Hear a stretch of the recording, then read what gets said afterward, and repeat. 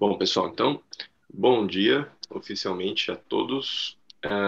Primeiramente, eu agradeço, vejo que nossos dois palestrantes de hoje, Dr. Renato e Dr. Aidano, já estão presentes.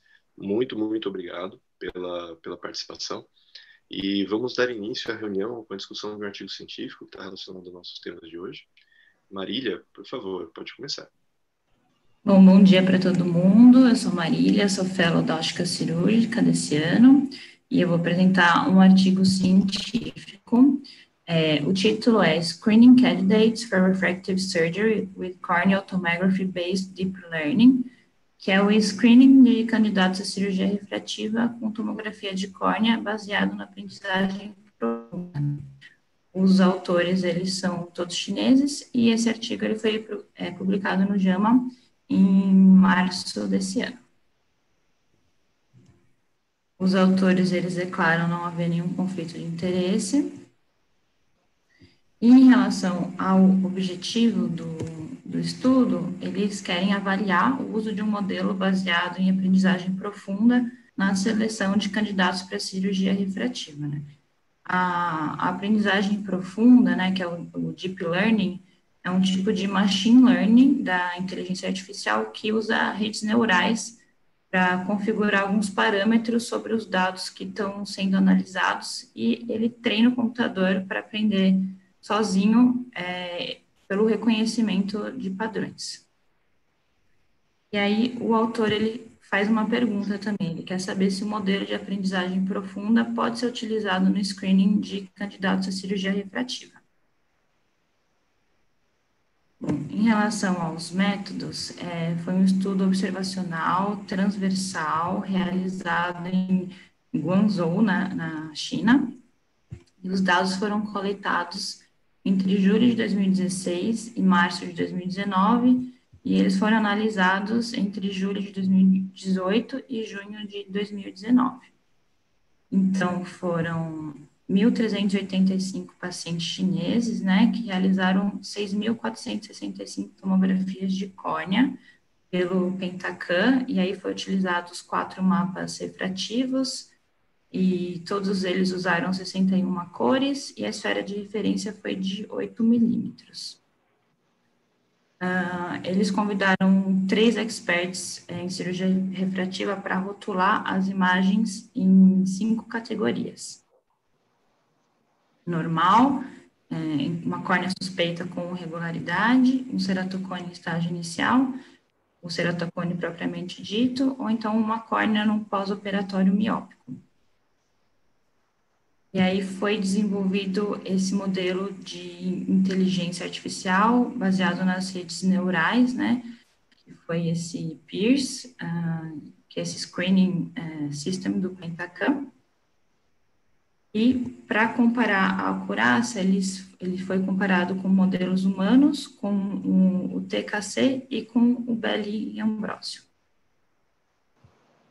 Em relação à amostra, foram avaliados 1.887 imagens de córneas normais, 799 imagens de córneas suspeitas, 731 imagens de ceratocones iniciais, 1.978 de ceratocones e 1.070 imagens de córneas pós-operatório miópico, né? Então, essas classificações, elas foram feitas pelos especialistas em cirurgia refrativa, né, que eram médicos que já trabalhavam com isso há mais de 5 anos, e essas imagens, elas passaram pelo processo de treinamento, aí foram 5.130 imagens, pela validação, foram 1.335 imagens, até que se selecionou 100 imagens, 20 de cada grupo, para formar o conjunto de dados de teste. Bom, então esse conjunto de dados, ele foi usado para comparar a acurácia diagnóstica do PIRS, né, desse modelo que eles estão criando, versus os humanos. Aí foram 5 especialistas, 5 estudantes de cirurgia refrativa, 5 oftalmologistas e 5 estudantes de medicina. E também fizeram comparação com o TKC, né, sendo que as categorias foram adaptadas para conseguir a correlação com as subdivisões do estudo. Então, do KC1 ao KC2 foram considerados ceratocone em estágio inicial, e do 2 ao 4, ceratocone propriamente dito. E também para comparar com o Behling-Ambrosio, né, sendo que as cores do BED foram correlacionadas com as subdivisões, sendo que a branca correlacionava com os casos normais, a amarela com os suspeitos e a vermelha com os estágios iniciais mais o ceratocone. E aí, nessa comparação, eles usaram 80 imagens.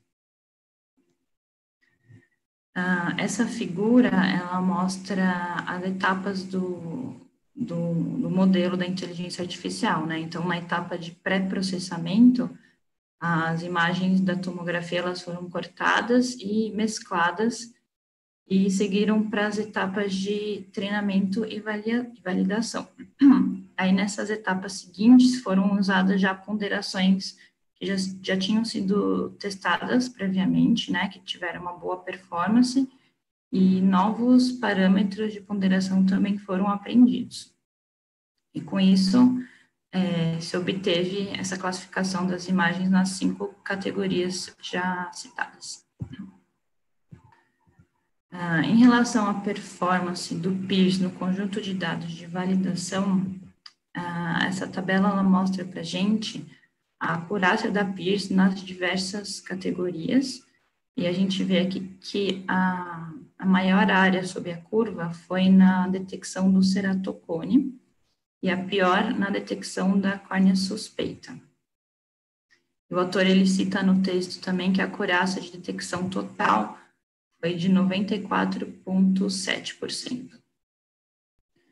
Em relação à acurácia dos humanos no conjunto de dados teste, a gente consegue ver pela configuração dos pentágonos que, em relação aos dois extremos, né, as córneas normais aqui no ápice e o ceratocone ali no canto inferior esquerdo, houve pouco erro de classificação, mas em relação à córnea suspeita e o ceratocone inicial, aí o erro foi bem mais nítido, né?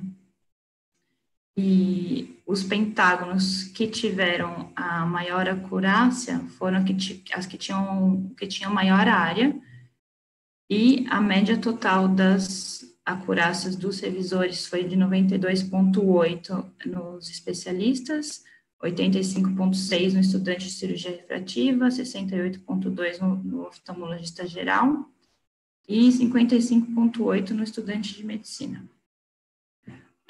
Essa tabela, ela mostra para a gente a comparação de desempenho do PIRS com especialistas em cirurgia refrativa e também com o TKC e com o Behling-Ambrosio, né? E o que se viu foi que o PIRS teve uma performance de acurácia melhor que todos esses grupos. E em relação à comparação do PIRS com humanos, aí a gente tem essas matrizes de confusão, que elas mostram a acurácia dos especialistas, né, que está em verde, e a do PIRS aqui em azul, e a acurácia respectiva deles. Então, a gente vê que foram bem semelhantes, né, entre 91 e 95, e que a pior performance de todos os revisores foi na córnea suspeita e no ceratocone inicial. E aí a gente consegue identificar aqui que a sensibilidade entre os grupos foi na córnea suspeita foi de 80% no PIRS e 83% nos especialistas, e no ceratocone inicial foi de 95% no PIRS e 87% nos seniors, com esse valor de P que foi mais alto. Aqui, as matrizes, elas mostram a acurácia do PIRS e do TKC, sendo que das 20 córneas suspeitas, o TKC identificou só 4 delas. E em relação à comparação com o Behling-Ambrosio, a gente vê que o Behling interpretou 5 córneas normais como sendo suspeitas, né? E aí que causou um falso positivo de 10%. Bom, em relação à conclusão, eu acho que tem que voltar lá para a pergunta inicial, né? Ele queria saber se o modelo de aprendizagem profunda pode ser utilizado no screening de candidatos à cirurgia refrativa.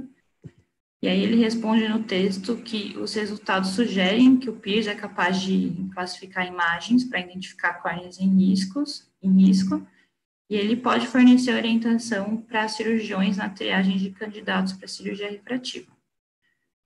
Bom, alguns tópicos que eu acho interessante trazer para a discussão, né, é que a amostra do estudo era uma população asiática, né, que a gente sabe que tem um diâmetro corneano menor, que pode acabar influenciando nas imagens do Pentacam, e que o conjunto de dados teste, né, o teste dataset, desculpa, foram de 100 imagens, que é uma amostra pequena, né, não reflete tão bem a população geral, e também que existe uma dificuldade em se rotular as córneas suspeitas, né, e isso acaba se refletindo na dificuldade de ensinar para a máquina o que é um perfil corneano suspeito. Não teve follow-up, né, nesse estudo, então a gente não consegue identificar se teve alguma ectasia pós-cirúrgica. E um ponto bastante positivo do estudo é esse avanço na busca pelo screening automatizado de candidatos à cirurgia refrativa, né? E é isso. Muito bem, muito obrigado, Marília, pela excelente apresentação. Bom, eu gostaria de chamar para comentar, se possível, se alguém tem alguma outra dúvida. Se caso contrário, eu gostaria de chamar o Dr. Renato Ambrosio para comentar um pouquinho e agradecendo novamente a participação, dando um caloroso bom dia. Dr. Renato, se eu puder comentar um pouquinho a respeito, por favor. Olha, Felipe, muito obrigado. Bom dia a todos. É um prazer, primeiramente, um grande prazer participar dessa reunião da ótica cirúrgica da Unifesp. Eu acompanho, eventualmente, essas reuniões. Acho que sempre a gente aprende um pouco. E esse tema que vocês trouxeram talvez seja um dos temas que mais, vamos dizer assim, eu vejo promissor hoje em dia para a gente trabalhar na oftalmologia por vários aspectos. Eu gostaria de falar primeiro, realmente parabenizar o Wallace pelo excelente trabalho no CBO, no CBO realmente virtual que aconteceu no final de semana passado. Foi fantástico, marcou história. As discussões que a gente fazia online eram boas e dessa forma que foi feita, ela realmente foi tudo muito otimizado. Então, parabéns, e isso eu espero que seja cada vez melhorando mais e a gente aprendendo nesse novo normal a poder realmente tirar o máximo de proveito disso. E realmente é a filosofia da gente estar aqui mantendo assim esse nível de discussão o mais alto possível. Então, obrigado pelo trabalho e fico feliz sempre em estar colaborando com vocês. Em relação ao artigo, eu li esse artigo quando ele saiu. Eu tenho aqueles negócios do Google de acadêmico de ser com as palavras-chave inteligência artificial. Logo que esse artigo saiu, no pré-print eu já estava vendo esse artigo. E eu cheguei a escrever uma carta sobre esse artigo. O mais importante problema desse artigo é que eles compararam o gold standard, o perfeito seria a opinião do expert.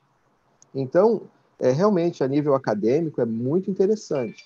E eu divido de uma forma bem simples, não simplória, a relevância desse artigo. Existe aquele médico preguiçoso que não quer aprender a topografia, esse tipo de trabalho vai servir para ele. Agora, para aquele médico que quer fazer o melhor possível para o paciente, ele fala, isso não serve para nada, porque isso está equilibrando a máquina com a melhor opinião de um expert. Agora, a gente sabe que a melhor opinião de um expert não é perfeita.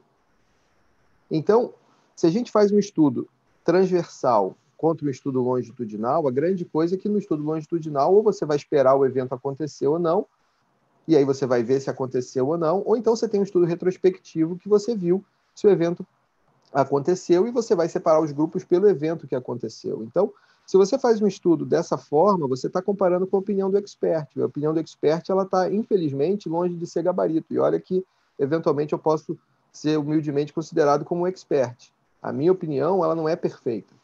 O que eu quero é saber o que vai acontecer. E se eu quero saber o que vai acontecer, eu tenho que treinar a máquina com base em eventos que eventualmente já aconteceram. E essa é a grande limitação do estudo. E claro que eu acho que a Maria foi muito feliz em colocar os tópicos de coisas positivas. O mais importante é que a consciência da inteligência artificial ela está tomando conta. E ela é uma coisa inicial, uma coisa, vamos dizer assim, que está na fase infantil para adolescente. Eu acho que ainda tem muito a amadurecer. E talvez o mais importante ponto a ser amadurecido é como é que você vai treinar, entendeu? Eu vou treinar um time de futebol. É treino mesmo, treino. Esse time de futebol vai jogar com todos os times aqui do Brasil da terceira divisão. Ele vai ganhar de todo mundo. Mas não quer dizer que quando ele começar o Campeonato Brasileiro da Série B, ele vai ganhar alguma coisa. Se você quer treinar o negócio para ficar bom, você tem que treinar com casos mais complexos. E os casos mais complexos, eles podem estar misturados aí. Por exemplo, você falou que tem caso que o BAD-D detectou como anormal e o expert falou que é normal. Onde é que está a verdade? Você operou esse caso e viu que ele ficou estável por 100 anos? Ou você fez a cirurgia e teve ectasia? Pode ser esse caso que você queira detectar. Quando você fala falso positivo e falso negativo, você tem que tomar muito cuidado. Às vezes é fácil falar falso negativo que o paciente tem negativo e ele tem um problema. Mas aí você tem que ver se esse problema é exatamente o que você está chamando de problema ou é um problema parecido que, de repente, tem alguma nuance. E aí entra o conceito que eu falo para vocês que existe uma diferença entre ceratocone e ectasia. Todo ceratocone é uma ectasia, mas nem toda ectasia é ceratocone. E aí é uma discussão que a gente vai deixar para a apresentação que eu vou desenvolver. Mas parabéns pela apresentação, tanto do artigo como por escolher esse artigo. Esse artigo é muito bom. Eu arrependo de não ter escrito, de não ter botado em frente essa carta. Foi um pouco mais de um ano atrás, eu lembro exatamente da época e talvez ainda valha a pena a gente colocar alguma coisa de comentário. E o professor Aidano, que é realmente o nosso grande guru incentivador da parte da inteligência artificial, ele vai realmente poder mostrar um pouco mais sobre isso, que são os conceitos básicos e a consciência de você não errar na inteligência artificial, porque você pode se colocar numa posição bem complexa e errar bastante, se você não souber respeitar os princípios básicos da inteligência artificial. Muito obrigado, Dr. Renato. Gostaria de, então, já seguir na sua apresentação. Acredito que todos o conheçam, mas o Renato fez seu fellow em córnea, né, no Tadeusz Pintal, e depois também na Universidade de Washington, fellow em córnea e cirurgia refrativa, doutorado pela USP, atualmente professor adjunto na Unirio, professor associado na PUC do Rio de Janeiro, professor afiliado aqui na Escola Paulista, e se destaca aí principalmente pelo desenvolvimento de extensas linhas de pesquisa, né, como ele mesmo citou, principalmente na tomografia biomecânica de córnea, membro fundador do BRAIN, que acho que é uma coisa que a gente vai abordar hoje com maior detalhe, que é o Brazilian Artificial Intelligence Study Group on Corneal Imaging Analysis, e presidente atual da International Society of Refractive Surgery, né? Com certeza um orgulho aqui para todo mundo, todos os brasileiros aí, ter um eminente colega nos representando. Tá? Dr. Renato, se o senhor puder iniciar a sua apresentação, por favor, fique à vontade. Felipe, muito obrigado. Eu fico muito contente sempre de estar participando. É uma honra e um prazer. É uma honra e um prazer estar com pessoas aqui com quem eu sempre aprendo. E ontem mesmo o Paulo Shore estava dando uma aula aqui para o nosso grupo de córnea no Rio. Então eu acho que essa troca, essa experiência de estar sempre aprendendo, essa generosidade científica que a gente tem, ela é a base para a gente continuar fazendo o que a gente faz bem, cada vez melhor.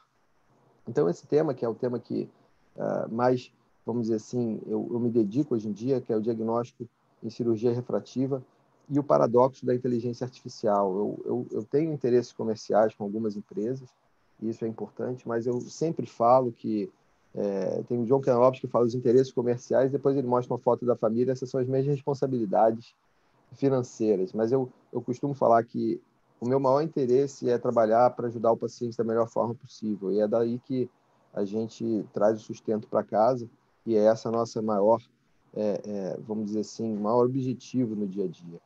Eu não posso deixar de falar que eu trabalho com vários colegas aqui no Rio, também com um grupo liderado pelo João Marcelo Lira e o Aidaro Machado lá em Alagoas, do Brain, e cada vez mais a gente tem participação dos colegas de Portugal, e esse slide está sempre sendo atualizado, e é uma coisa que a gente está sempre de portas abertas para poder agregar valor. Quando você fala em cirurgia refrativa, eu lembro que essa foi uma aula que eu dei há 2 anos atrás, na pré-refrativa da ISRS, na academia. Eles me pediram exatamente esse tema, o pré-operatório de cirurgia refrativa corneana. Só que, o que você precisa? Você precisa entender o que o paciente tem de motivação, expectativa. Isso não precisa de tecnologia nenhuma, só uma boa anamnese, e cada vez mais a relação médico-paciente humanizada, e aí exatamente a gente vai entrar no paradoxo da inteligência artificial. Precisa ser feito uma boa relação, estabelecer o que o paciente tem, o que ele precisa, para você poder ajudar da melhor forma possível. Não deixem de medir a visão sem correção, não deixem de medir. Isso é uma lacuna que fica em branco em muitos dos prontuários de cirurgia refrativa. Eu pergunto para o colega que está trazendo o paciente, está pedindo uma opinião, qual é a visão desse paciente sem correção? Isso é fundamental, porque o paciente hipermétrope, por exemplo, ele pode ter uma visão boa sem correção. A história dele de tratamento é importante. A qualidade da visão precisa ser testada, e os testes de inteligência de imagem com a inteligência artificial vão ajudar bastante. E cada vez mais a gente fala que a cirurgia refrativa não é corneana, é a cirurgia refrativa que engloba a cirurgia intraocular. E quando você faz essa abordagem multimodal, você vai estar considerando se você vai operar na córnea, se você vai fazer uma lente fáscica, se você vai fazer uma cirurgia de catarata refrativa, se é uma cirurgia de cristalino refrativa. Eu não gosto de falar transparente, mas é importante você diferenciar se é cirurgia terapêutica ou cirurgia refrativa. No caso da cirurgia na córnea, qual é a melhor forma de você abordar? Se você vai usar uma técnica de superfície, se você vai fazer o SMILE, se vai fazer o LASIK. Eu acredito que muitos desses exames, a tomografia segmentar, o OCT, pode ajudar você a indicar ou não um SMILE ou um PRK, a abordagem biomecânica junto com a tomografia, se você tem estrutura na córnea para você fazer o LASIK. Tudo isso é muito importante. Eu gosto dessa filosofia milenar da arte da guerra, que você tem que conhecer o que você está querendo evitar. No caso aqui, a gente não está guerreando, né? Essa metáfora de guerra não se aplica, a gente não está brigando com ninguém, mas a gente está querendo evitar o inimigo, e o posicionamento é fundamental, né? Eu tenho conversado muito com o Milton Yogi, que tem realmente um entendimento muito interessante de marketing. Ele fala muito de marketing da guerra, e o marketing da guerra não é que você está brigando com um concorrente, mas você está se posicionando de uma forma estratégica para você evitar uma situação desagradável. E no caso aqui, o evento desagradável é a complicação: ectasia, olho seco, dor ocular, epitelização da interface, sintomas de disfunção de qualidade visual. Tudo isso você tem que entender o que você está buscando evitar e, obviamente, ter os recursos para você poder, de uma forma objetiva, usar essas informações para poder tomar uma decisão clínica para o melhor do paciente. A cirurgia refrativa, ela realmente teve uma primeira publicação de ectasia por-LASIK tardia, em 1998. Se você pensar que os microcerátomos iniciais são realmente com cortes mais profundos, menos previsíveis, realmente essa primeira publicação é muito tardia, mas os primeiros casos publicados foram esses 3 casos de cirurgia de LASIK para altíssima miopia, coisa que a gente não faz hoje mais. Então, o impacto da cirurgia enfraqueceu a córnea e levou à descompensação estrutural e à ectasia progressiva. E, logo depois, alguns meses depois, ele primeiro publicou no JRS, depois ele publicou no JCRS, caso de ectasia em forma frustra de ceratocônia, aqui definido como uma topografia, o estudo da topografia de plástico, com esse ABT, essa irregularidade. Essa topografia mesmo, eu cheguei a mostrar ela para alguns expertos de topografia, ele falaria que isso não seria uma consideração de forma frustra de ceratocônia ainda, seria um ABT, é um Asymmetric Bow Tie, e isso é diferente do FFKC na classificação topográfica, e a gente vai falar sobre isso. Então, esses 2 primeiros relatos, eles mostram a fisiopatologia da ectasia, que tem a ver com a resistência da córnea e o impacto do ambiente.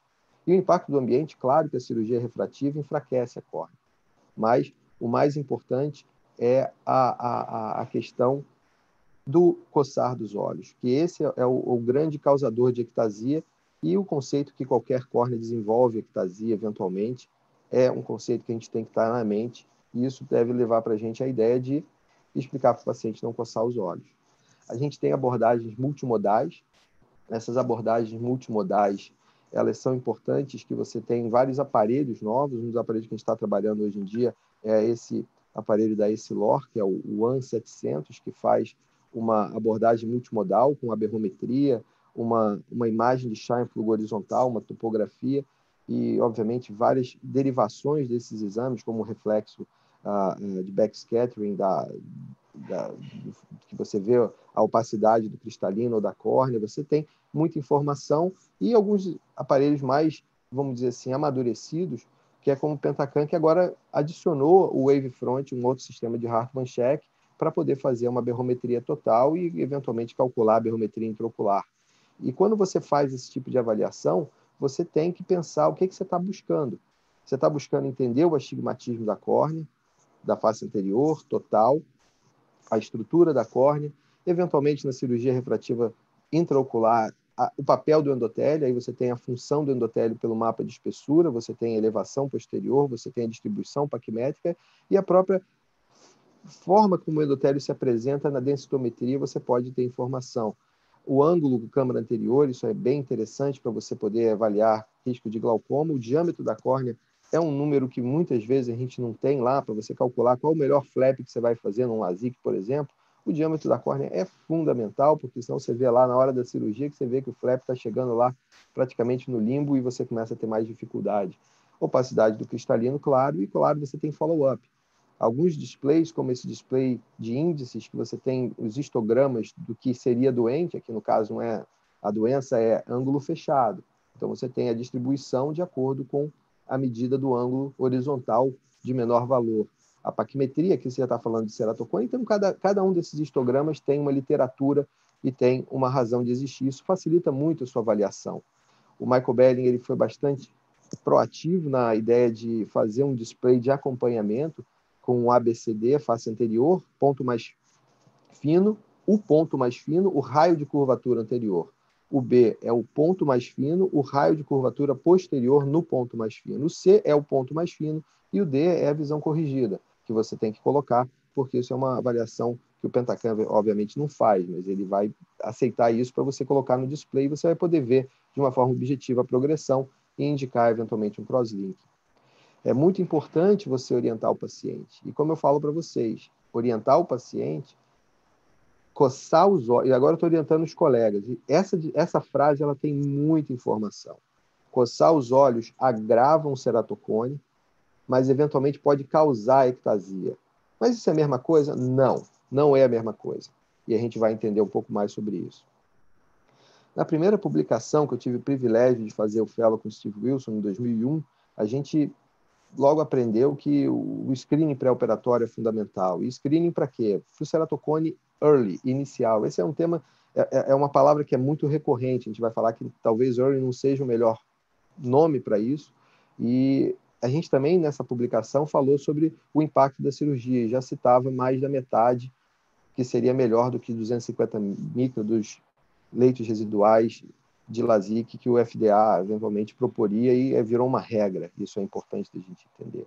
Alguns meses depois a gente começou esse trabalho de levantar os pacientes com topografia e alteração paquimétrica que seriam para excluir da cirurgia refrativa. A gente achou cerca de 1%, 0,9% com um ceratocone suspeito na topografia. Nessa mesma época, na Escola Paulista, foi feito um trabalho muito parecido, que encontrou em torno de 2,5%.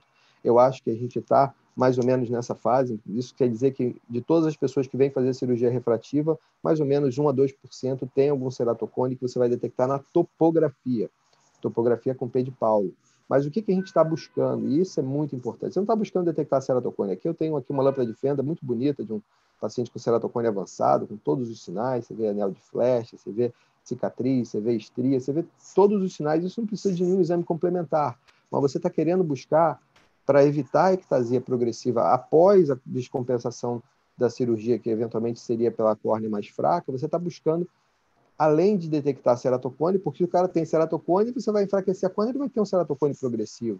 Mas você está querendo buscar a ectasia, a susceptibilidade da ectasia. E realmente você tem que ir além de detectar essas formas leves de ceratocone e além de considerar a topografia, que é importante. E esse é o conceito do nosso Enhanced Screening para ectasia. E você não está buscando ectasia, você está buscando risco de descompensação estrutural com a cirurgia que vai enfraquecer a córnea. São duas coisas diferentes.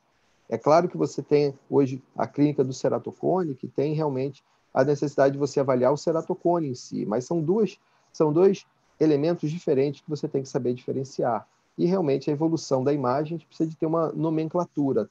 O P de Paulo e o M de Maria são bem diferentes. Topografia, que avalia a superfície, né, os discos de Plácido, né, você tem realmente a contribuição do Antônio Plácido da Costa, que é muito interessante. Um neto dele fez cirurgia com o Fernando Faria Corrêa há pouco tempo, e ele falou, essa aqui é a topografia de Plácido de um dos descendentes do próprio Plácido lá no Porto. Isso é muito interessante ver. E a topografia dele era normal? Era bem normal. Fez a cirurgia e está tudo bem. E é interessante esse tipo de situação, porque o próprio português já reconhece isso na Sociedade Lusitana de Oftalmologia, Sociedade Portuguesa de Oftalmologia, e isso é um reflexo da superfície. Isso avalia a superfície da córnea. O Brad Rundeman, ele de uma forma bastante elegante, bastante categórica, ele colocou o risco da ectasia muito baseado na topografia. E aqui ele bota FFKC, a forma frouxa de ceratocone, como uma classificação topográfica. É importante entender que a idade entrou aqui, e a idade é um surrogate, é um substituto para a biomecânica da córnea. Isso é muito importante da gente estar considerando também. Mas eu acredito que essa classificação topográfica ela não seja a melhor forma de entender o que seria a forma frouxa de ceratocone.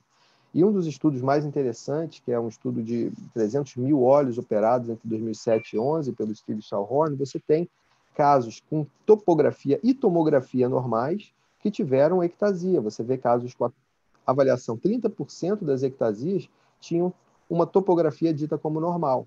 E, eventualmente, tinham 1% dos casos normais, com mais de 4 anos de follow-up, com alterações bastante importantes.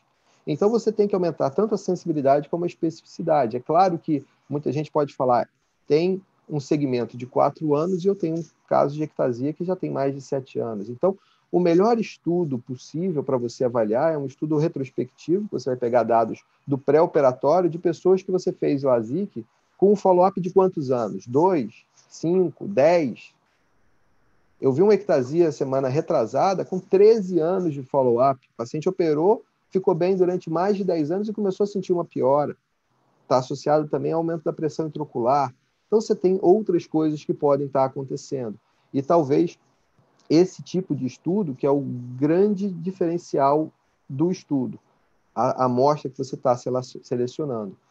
E a minha pergunta é o que é forma frouxa de ceratocone? E há pouco tempo atrás, a Maria Henriquez, esposa do Luiz Esquerdo, publicou essa revisão sistemática do que seria ceratocone subclínico, com estudos na literatura de o que seria ceratocone subclínico e forma frouxa de ceratocone. E tem uma grande variabilidade no critério na literatura sobre isso.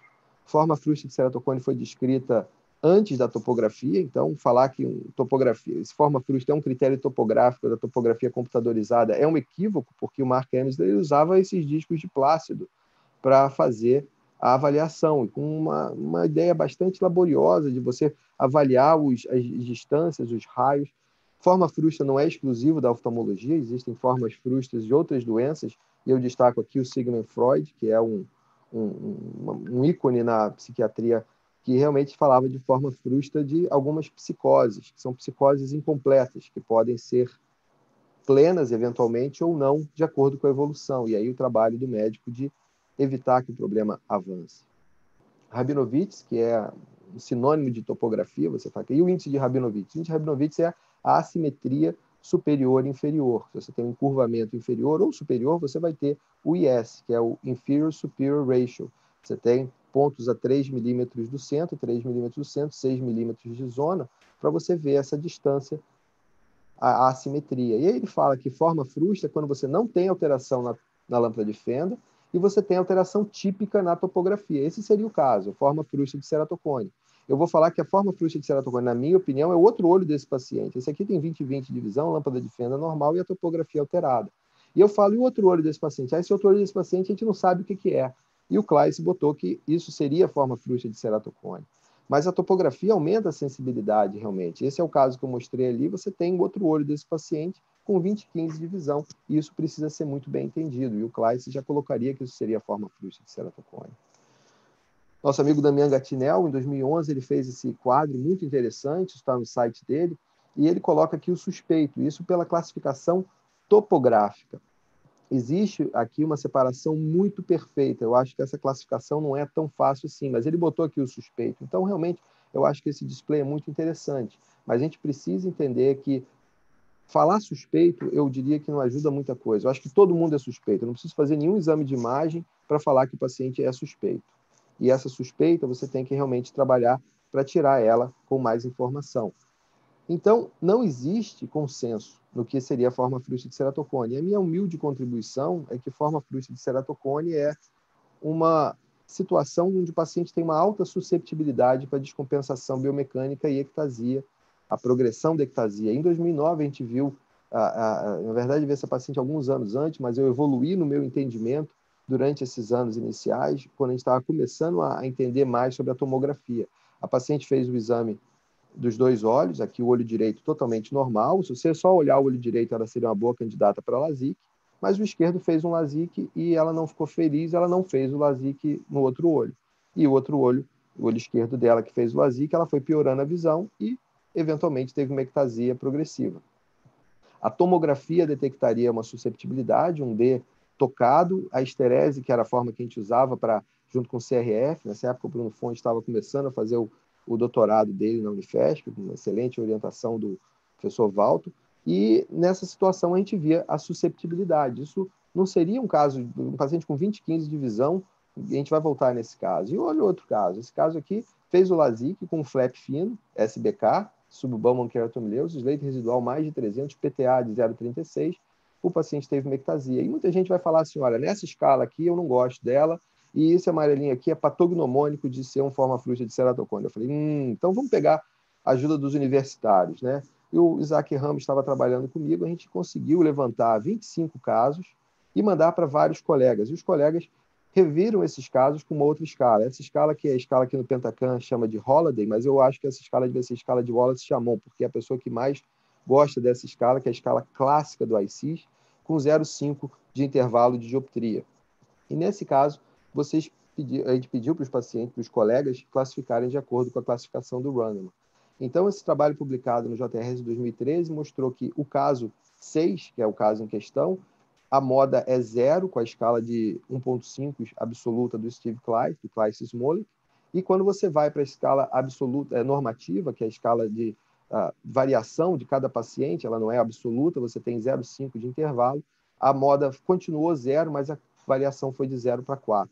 Aumentou a variação, mas a moda continuou 0. Então, vamos dizer assim, democraticamente, esse paciente seria eventualmente operado se você considerasse as classificações. Tomografia é diferente de topografia e Scheinflug é a forma mais usual de fazer a tomografia. Você tem a reconstrução tridimensional.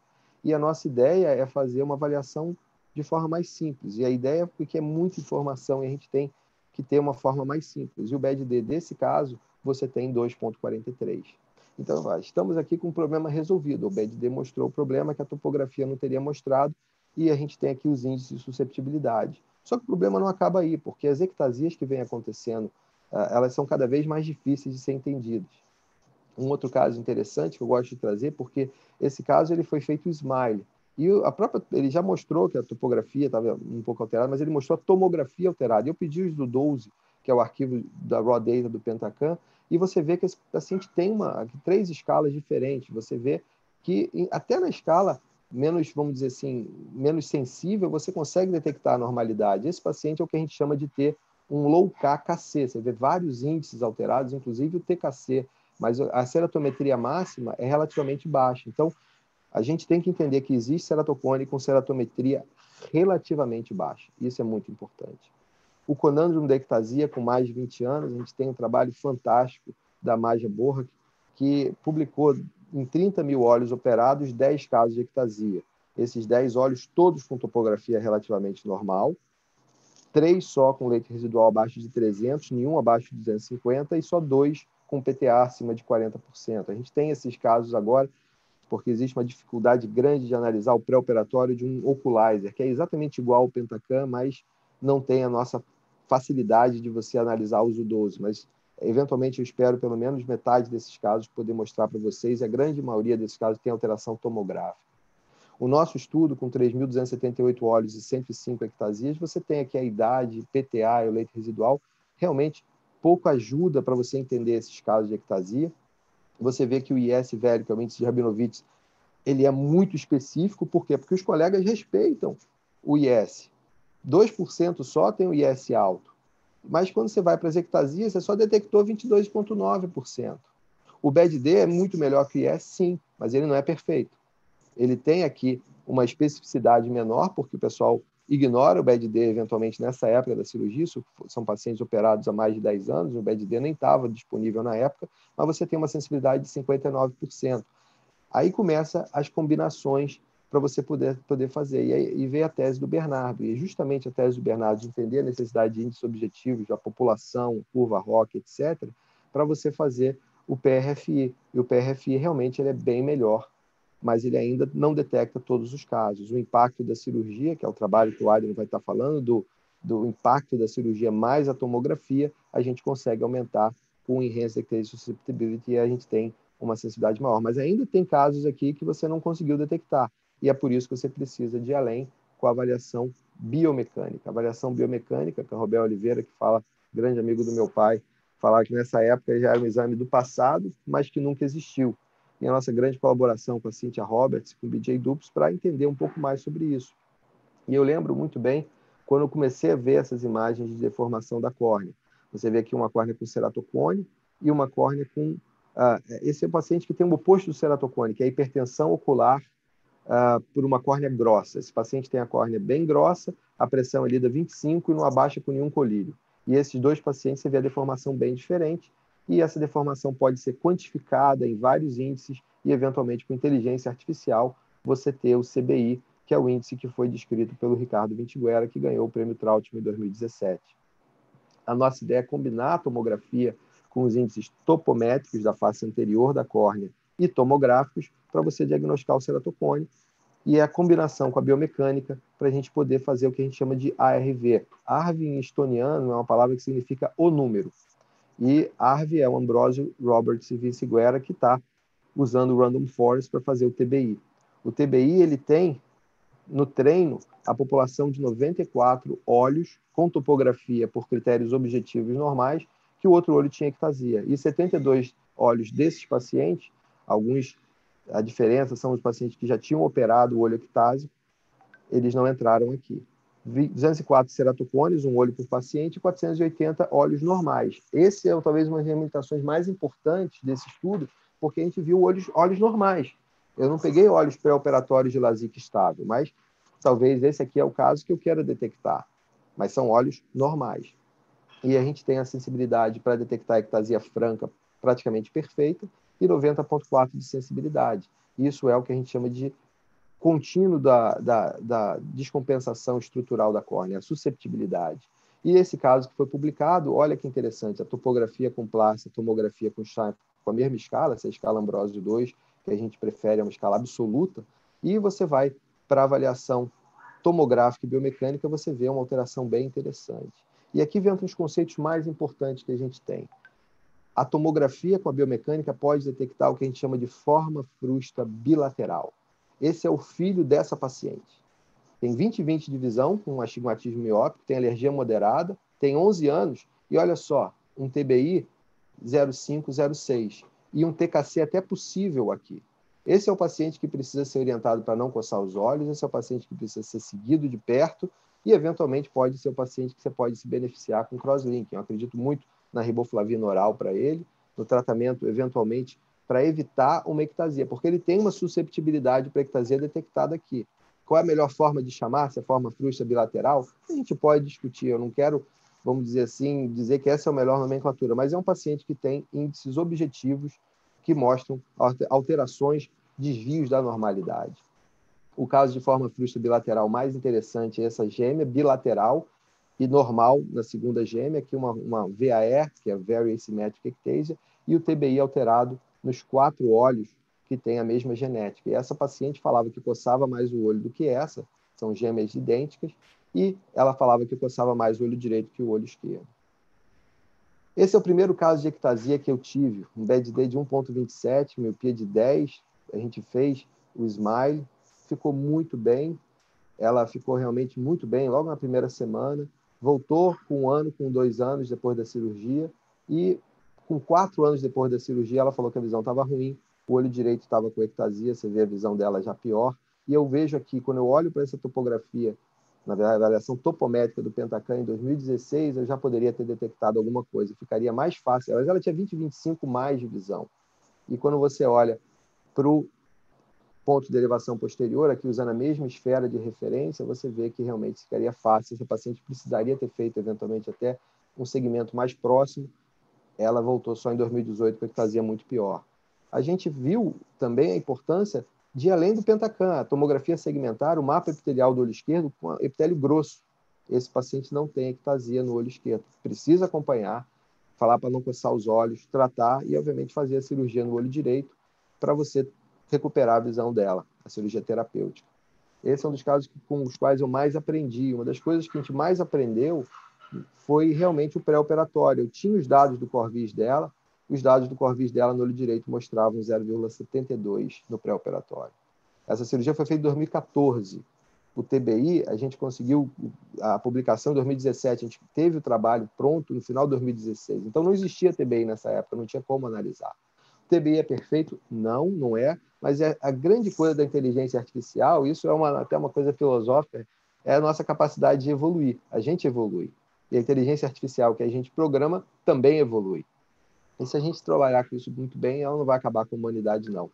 Mas a gente tem aqui o trabalho que, baseado naquelas publicações que a sensibilidade era muito menor, a gente tem uma amostra muito maior. Eu tenho um treino, uma capacidade de treino muito maior. E esse trabalho, vamos dizer assim, com a grande contribuição da Edileuza Leão, a gente conseguiu realmente fazer essa sequência de parâmetros objetivos, fazer os features para você selecionar machine learning e fazer algoritmos.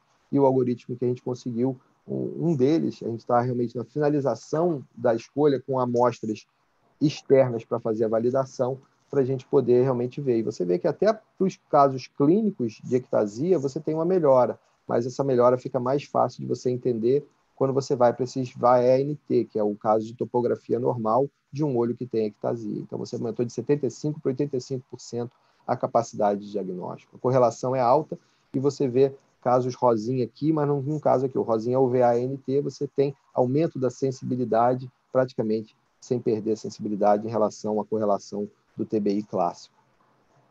Ectasia pode acontecer num olho só? Sim, esse é o caso mais emblemático disso. Esse paciente fez o anel no olho direito, ficou ótimo, e o olho esquerdo era 20/20 mais desde a primeira apresentação. Esse paciente se mudou para Londres, fez o follow-up com Dan Reinstein, tudo normal, inclusive o Artemis, que é o mapa epitelial do ultrassom de alta frequência. Damian Gatinel tem uma contribuição interessante com o Orbiscan, com o score que também deu normal, e o BED-D dele, junto com o TBI, junto com o CBI, bastante normal, isso com um follow-up interessante. Aqui você vê o primeiro exame dele, de 2014, você vê a deformação, é uma deformação muito mais parecida com aquele caso de hipertensão ocular, de córnea grossa, do que de um paciente com ceratocone. E realmente, esse caso é um caso de ectasia unilateral. E aí vem para a ideia que ectasia unilateral existe, mas o ceratocone é bilateral. Então, eu gosto muito de Star Wars, o ceratocone é uma doença bilateral, mas ectasia pode acontecer em um olho só, por uma causa mecânica. E é aí que está a grande questão. A gente precisa entender que coçar os olhos agrava um ceratocone e causa, eventualmente, uma ectasia, e isso é importante a gente entender. Essa é a nossa grande mensagem. Rapidamente falar que o plácido ainda é importante, eu sei que meu tempo já estourou, a gente tem aqui a imagem multimodal do plácido com Keratograph 5 com avaliação das glândulas de Meibomius, mas você pode ver isso na lâmpada de fenda se você treinar o seu olho e focar nas glândulas. E você diferencia um warped de uma situação de ectasia e aumenta essa capacidade. A tomografia segmentar é muito importante, a capacidade de você ver o epitélio, o estudo do Dan Reinstein, hoje com o OCT, cada vez mais você consegue informação disso para avaliar pré-operatório e pós-operatório. Aqui, pós-operatório de anel, você vê essa hiperplasia, esse é o olho operado do paciente com ectasia unilateral. trabalho fantástico do grupo do Cynthia Roy com o Roy Chet, que realmente vê a topografia da camada de Bauman de forma virtual e também a própria rugosidade da camada de Bauman. Isso com o OCT é importante. O estudo do endotélio, o Scheinflug ajuda, o OCT ajuda, e isso é realmente uma forma de você ver até a predisposição para uma descompensação da córnea em cirurgia de catarata com paciente com gutato. A gente tem que entender o que a gente está buscando, entender o inimigo, entender o que a gente tem, fazer uso da imagem multimodal da melhor forma possível, entender a inteligência artificial, ir além sem descartar, e certamente nessa revolução em evolução. E o paradoxo é que a gente vai cada vez mais com essa medicina individualizada, não podemos perder o aspecto humano da medicina. Isso é o grande paradoxo. A gente melhorou muito na inteligência artificial e cada vez vai melhorar mais, mas ela não vai substituir a gente, porque a gente precisa saber falar com o paciente, educar o paciente. Isso é realmente uma arte. O paciente tem paciente que quer informação, ele quer saber coisas que a maioria dos não quer. E essa sensibilidade de quanto você tem que dar de informação para cada paciente sem ser over é muito importante. Isso vai de acordo com essa questão hipocrática, né? Que é de você curar poucas vezes, aliviar muitas vezes, mas confortar sempre. E essa é a nossa filosofia de trabalho para poder ajudar o paciente da melhor forma possível. Eu queria agradecer mais uma vez a atenção de vocês e fico à disposição aqui, depois da aula do Aidan, para poder conversar um pouquinho mais. Obrigado. Muito bom, muito obrigado, doutor Renato. Excelente aula aí, com certeza é um banho aí de informação, né? Tenho certeza que mostra para a gente como estamos pequenos, né, dentro dessa análise, como ainda tem bastante coisa para acontecer e o tanto que já foi feito e mesmo assim ainda muito a fazer, né? Muito obrigado, doutor Renato. Então, agora eu vou chamar o nosso segundo convidado, doutor Aidan. Faço aqui as minhas desculpas em público, porque faz uns meses que eu estou errando aí a pronúncia, não é? E doutor Aidan ele é formado em Ciências da Computação, doutor em Informática pelo LIP6 em Paris, professor associado no Instituto de Computação da Universidade Federal do Alagoas, e ele vem aí para fazer a ponte, né, entre a medicina e a ciência da computação, com ênfase na inteligência artificial, tem uma larga experiência aí em desenvolvimento de soluções de tecnologia e informação, e cofundador do Brain, como o Dr. Renato citou. E também, agora, um colega na comissão da Central de Calculadoras da Braskers, né? Eu gostaria de agradecer novamente, Aidan, pela sua presença e, por favor, se quiser compartilhar. E mais para frente eu queria também que você comentasse naquele nosso primeiro artigo, mas isso a gente puxa aí na discussão também, tá bom? Muito obrigado pelo convite. Como o Renato falou aí, para mim também é um prazer, uma honra estar falando aqui para vocês. Sempre, principalmente de um tema que eu gosto muito, uma coisa muito interessante, e sempre é um prazer. Então, podem convidar à vontade, sempre estarei falando disso daqui. Obrigado aí pela introdução. O nome eu já estou bem acostumado, assim, todo mundo erra, então desde criança é uma coisa que é bem natural, não se preocupa. Geralmente tem esse tempo mesmo, eu nem corrijo mais as pessoas e isso aí acontece com o tempo. Então, eu vou falar aqui para vocês um pouquinho, na verdade, para iniciar uma conversa, para a gente conversar depois. Então, assim, não é uma aula. Longe do Renato, como ele disse, é um guru. Na verdade, vocês vão ver que eu sempre um estudante aprendendo. Então, aprendendo muito, cada vez mais no tema. E a gente tentando evoluir isso aí cada vez mais aí com vocês. Então, falar um pouco para vocês da inteligência artificial, que está por trás do Brain, né? Que eu vou começar justamente falando um pouquinho do que é o Brain. Já foi falado, então vou... rapidamente, traçar algumas palavras rapidamente, porque muitas vezes o Brain é associado a uma das ferramentas, um dos produtos que a gente fez, e que está bem utilizado. Eu acho que foi o primeiro que saiu a grande marca, que é uma ferramenta de apoio à decisão que, até onde eu tenho conhecimento, ainda é a primeira, e acho que continua ainda sendo a única, que realmente relaciona os dados clínicos com os dados tomográficos, topográficos, de uma forma única, fazendo um mix desses parâmetros, assim, com diversos aparelhos, e bem dentro dessa ideia multimodal que o Renato aí apresentou, e que a gente vem evoluindo misturando topografia, tomografia com parte de biomecânica. Isso é uma coisa que vem se avançando muito. E até, talvez até pelo alcance, né, que é uma ferramenta que a gente lançou lá em 2015 e ela vem sendo bastante utilizada. Tem muito a melhorar, com certeza, nela, mas é uma das coisas que faz e dá orgulho para a gente como grupo, né? E, na verdade, o Brain, como vocês já falaram um pouco só rapidamente, não é só essa ferramenta, né? Então, começou lá em 2010, na verdade, com um grupo de estudo. O João foi lá na Universidade Federal para conversar, fazer um brainstorm, apresentar os problemas deles, e eu estava voltando do doutorado e começando justamente a carreira de pesquisador na área de ciência da computação. E foi onde começou, na verdade, a minha entrada nesse meio da medicina, e onde eu fui realmente me apaixonando de forma muito grande por um tema, e fez mudar e realmente direcionar toda a minha vida de pesquisador. Então, já estamos há 10 anos, faz 10 anos trabalhando nessa área, e a paixão foi crescendo de tal forma que eu acho que lá, uma coisa que eu sempre brinco, que em 2015 eu tive um surto, justamente dessa paixão que me fez levar a fazer medicina. Então, fiz vestibular para medicina, hoje estou fazendo medicina no internato, não acabando por causa da situação que a gente está hoje, teve uma certa parada. Então, minha última aula do internato, que seria 25 de abril, deve ser adiada para um pouco mais lá para frente.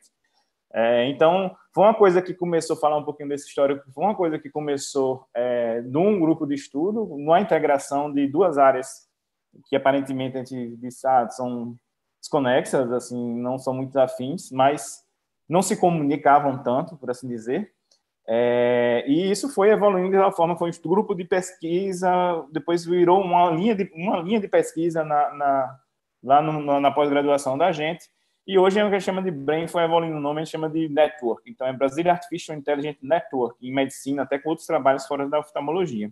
Então, a grande quantidade de trabalhos específicos da oftalmologia do grupo já vem determinado esses 10 anos. O Renato passou bem por eles. Então, acho que a gente está seguindo um caminho bem aqui, indo da parte posterior, anterior do olho para a parte posterior. Então, a gente já faço córnea, câmera anterior, está trabalhando a parte de catarata, cristalino, e talvez a gente chegue lá na retina. Então, para fazer o passeio completo nesse órgão. Então, sim, mas falar um pouquinho aqui você justamente desse tema do que da inteligência artificial por trás disso. Então, onde é que a inteligência artificial entra nisso tudo, né? Um pouco começando com uma computação entrando nesse meio.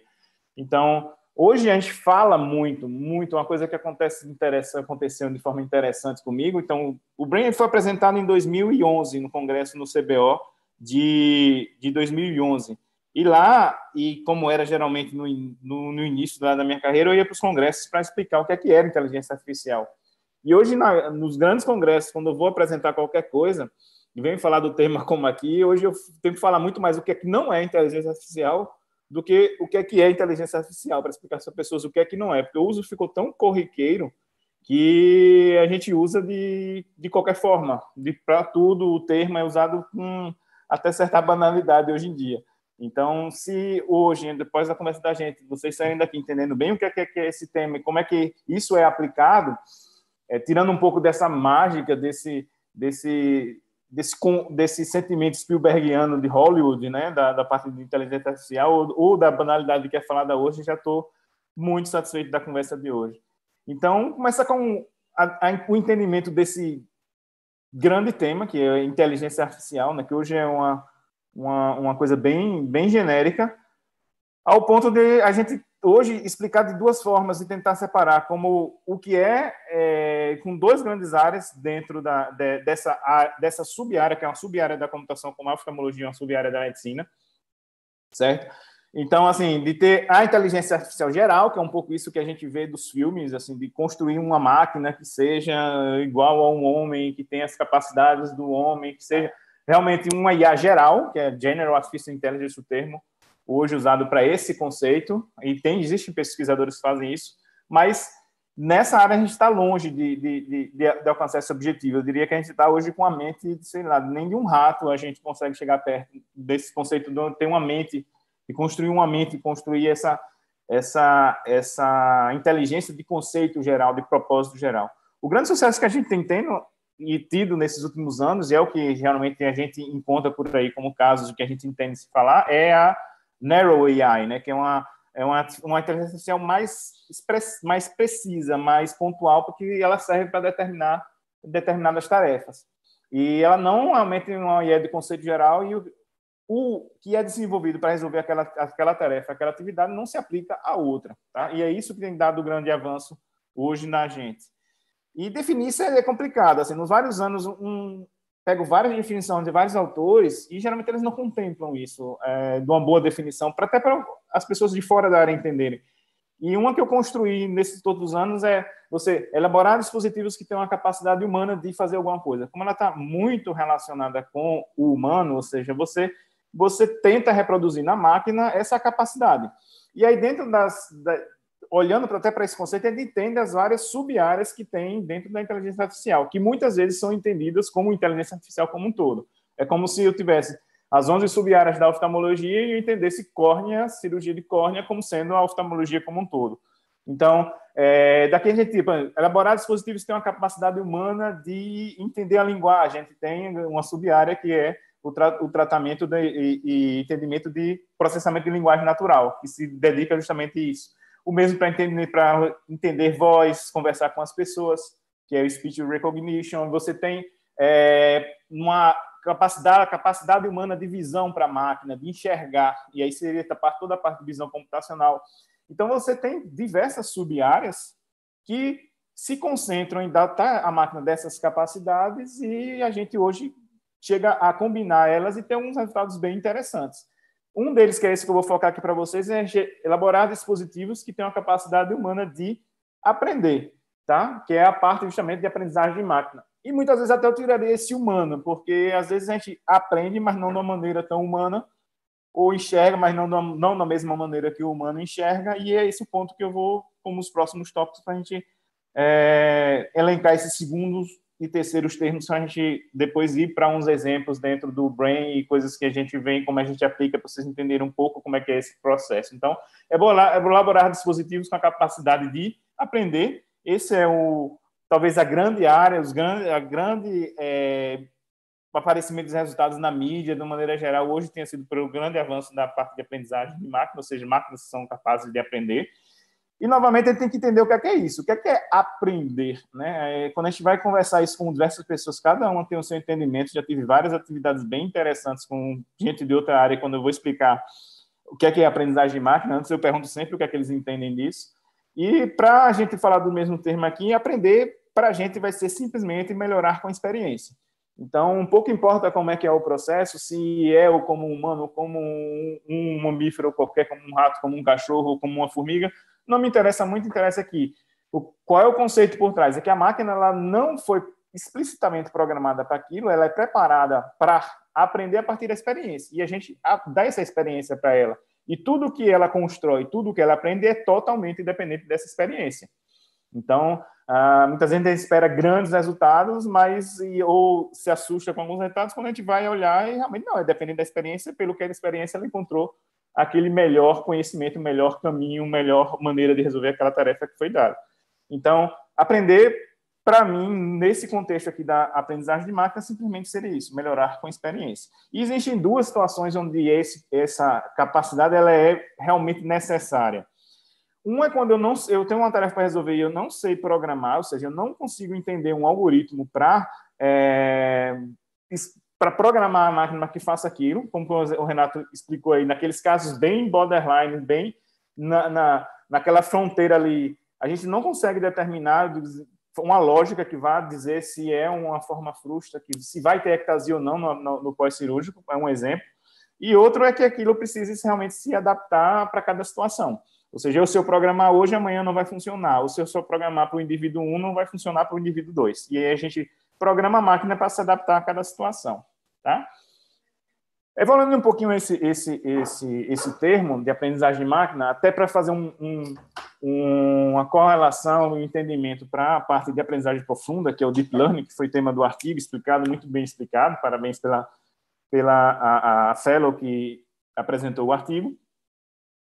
Como é o processo? A gente tem essas entradas que são dadas aqui para a máquina, a gente num processo clássico, tradicional, que não é o Deep Learning, né? Todos eles, como ela bem explicou, o Deep Learning é baseado na ideia de redes neurais. Eu vou explicar rapidamente como sendo um dos exemplos de método de aprendizagem, de algoritmo de aprendizagem. Existem vários outros, mas acho que rede neural é um bom exemplo para a gente entender aqui como é que é todo o processo.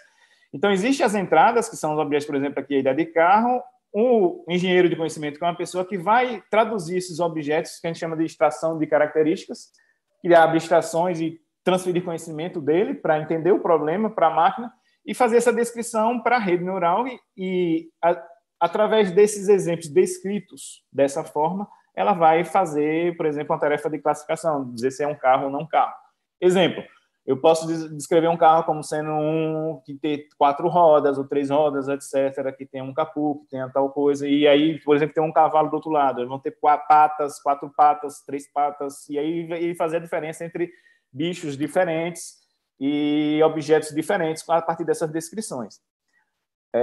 E aí a máquina entende essa experiência, vai ver, comparar da melhor forma para fazer, usando essas features, né, essas características para fazer, no caso aqui seria uma classificação, distinguir entre dois objetos, por exemplo. Distinguir, por exemplo, entre um olho que é suscetível a ter uma ectasia e um olho que não é suscetível a ter uma ectasia. De um ceratocone e de um normal, que foi bem apresentado. No Deep Learning, o processo é bem parecido. Mas o que é que muda de um para o outro, se vocês verem aqui? Na parte de baixo, a gente não tem essa pessoa. Não quer dizer que não tenha um humano programando a máquina por trás e que não tenha participação do humano em todo um processo. Mas a grande diferença é o poder de processamento e a quantidade de experiência que a gente tem hoje em banco. Por isso que se aplicou muito a ideia de imagens. A gente tem hoje em dia muitas imagens, um banco de dados muito grandes para você trabalhar e a principal mudança que foi a parte de processamento, que se evoluiu bastante. E essa atividade de extração de características, ela foi colocada dentro da rede neural. E aí, com isso, você teve redes cada vez maiores e mais complexas, por isso a ideia de deep, né, de profundidade da rede, redes profundas, porque ela tem várias camadas, várias conexões de neurônios, vários neurônios nela, dispostos nessas camadas, e as primeiras camadas elas vão justamente fazer essa tarefa. É como se eu delegasse para a máquina essa tarefa de extração de features. Isso é a grande diferença de Deep Learning. É como se fosse uma sub-área de um método de um algoritmo de aprendizagem de máquina que é as redes neurais. É como se eu tivesse a Smiley na cirurgia refrativa. E hoje a gente fala, e só traduzindo isso botando no contexto, no exemplo da oftalmologia, a gente tem um processo aqui, por exemplo, a aquisição de imagens, como o Renato colocou na apresentação dele, aquisição dos dados. A gente transforma esses dados em extrai características deles, como os displays clínicos, por exemplo, e a gente usa esses dados, essas informações dos displays para treinar a rede neural e ela separar, por exemplo, o ceratocone normal. Num processo de Deep Learning, não teria esse trabalho aqui de extração de características, a gente teria a representação dos dados, por exemplo, a representação da córnea em 3D, ou as próprias imagens, e isso é passado diretamente para a rede, e ela que vai descobrir essa clínica, esse entendimento clínico, e usá-lo para distinguir, por exemplo, ceratocone normal, certo? Então, essa é a grande diferença. Não é nada muito, muito diferente do que a gente já vinha fazendo. Foi um grande aumento do poder de processamento, e a gente delegou essa atividade para a máquina. Isso pode ser bom, como pode ser ruim. Como, por exemplo, uma cirurgia, você aumentou e você tem uma capacidade, por exemplo, de utilizar uma cirurgia que melhorou muito em determinados aspectos. Mas, se eu começar a usar Deep Learning para tudo, significa, por exemplo, que eu vou tratar todo o paciente por uma cirurgia, como eu poderia usar um colírio. Bem no assunto de vocês. E isso acontece hoje. Então, é engraçado com muitos alunos, como a gente vê, explico tudo, vou apresentar, às vezes nem falo de Deep Learning, como tem várias bibliotecas, várias ferramentas prontas, quando eles vão apresentar os resultados dos projetos para mim, quando eu olho uma super rede neural quando na verdade ele não precisaria nem de nada daquilo, tá? Só para dar um exemplo, para a gente entender o que é esse processo, entender um pouquinho mais desse algoritmo, o que seria uma rede neural? Então, baseada na unidade básica de neurônio. E o que a gente faz na computação? A gente cria uma abstração, ou seja, uma representação do neurônio artificial, no neurônio natural, e cria um artificial. Em que sentido? Assim, a gente se inspira, foi uma inspiração do biológico para criar uma coisa que tem uma certa similaridade, mas não quer dizer que é igual. Então, é muito, muito mais simples e a gente propõe um entendimento muito mais simples e simplifica bastante para poder usá-lo. Então, vocês vão ver que é bem próximo. Aqui em cima eu tenho um neurônio natural e aqui seria um artificial. O processo dele, o que é que foi a inspiração? Das excitações que vêm dos dendritos, chegam lá nos dendritos, né? Você tem uma computação de todas esses estímulos e quando passa um determinado nível, você tem a ativação do neurônio que ele vai transmitir para o seguinte. Eles fizeram a mesma ideia, né? A gente fez a mesma ideia na computação, ou seja, tem as entradas, que seriam os X, assim, as entradas do neurônio, seria, por exemplo, os níveis de excitação que vai chegar nele, né? O nível de neurotransmissor, a quantidade de neurotransmissor que chega. Para cada entrada dessa, a gente tem um peso associado, que seria, por exemplo, a quantidade de receptores. Então, você, dependendo da quantidade de receptores, você vai, aquele dendrito ela vai ter um estímulo maior, aquela região neurônio vai ter um estímulo maior ou menor. Isso é computado dentro do neurônio, que é a soma, né, o corpo do neurônio, e que é passada por uma função de ativação, que basicamente você escolhe várias entre elas e você vai determinar de que forma aquilo vai ser passado para o axônio e que vai ser transmitido para o neurônio seguinte.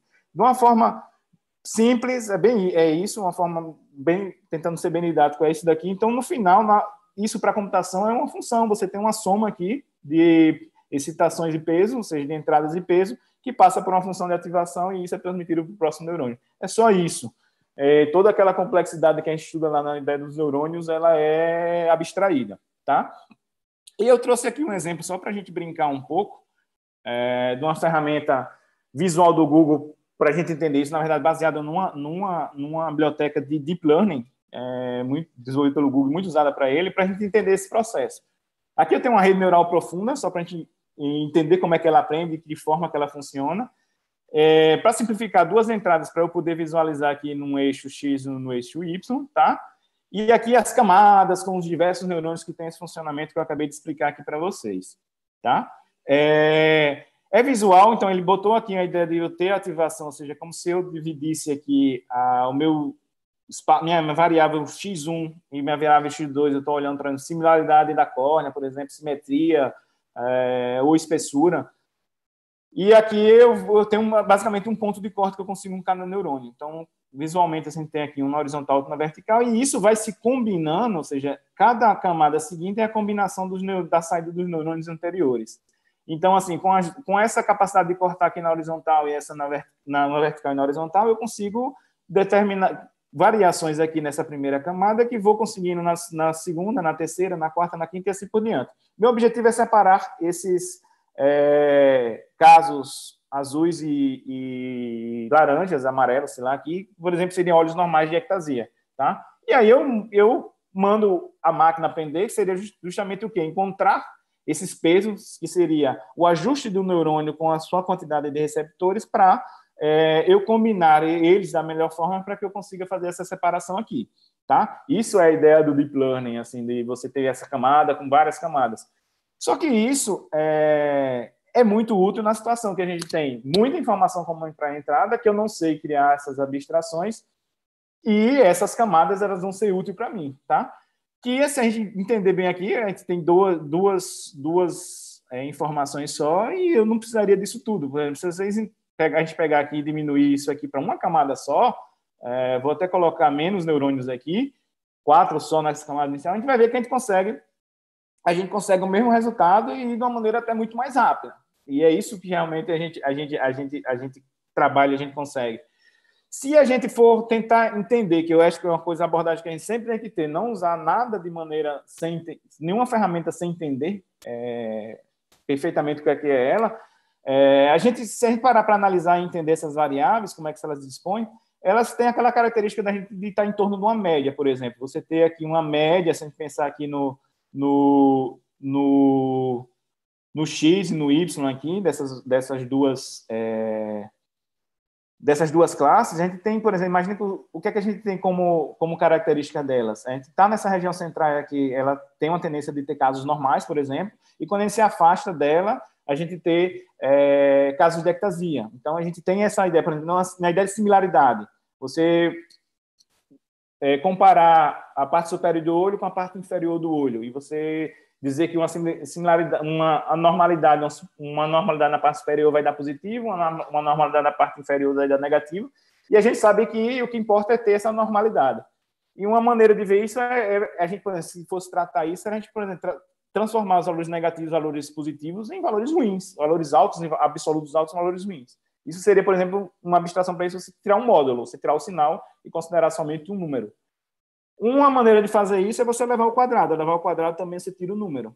Tá? Então, a minha rede grande, por exemplo, se eu colocar esse conhecimento para a máquina, esse entendimento meu do problema para a máquina, de que o sinal não importa, o que mais importante é essa separação da região central, eu entendendo o problema, eu com uma rede dessa, que seria um neurônio só, eu consigo o mesmo resultado.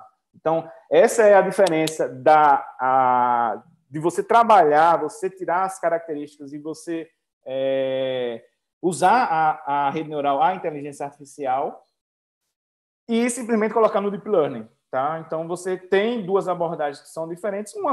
Não é uma que é melhor, nenhuma que é pior que a outra, são situações diferentes.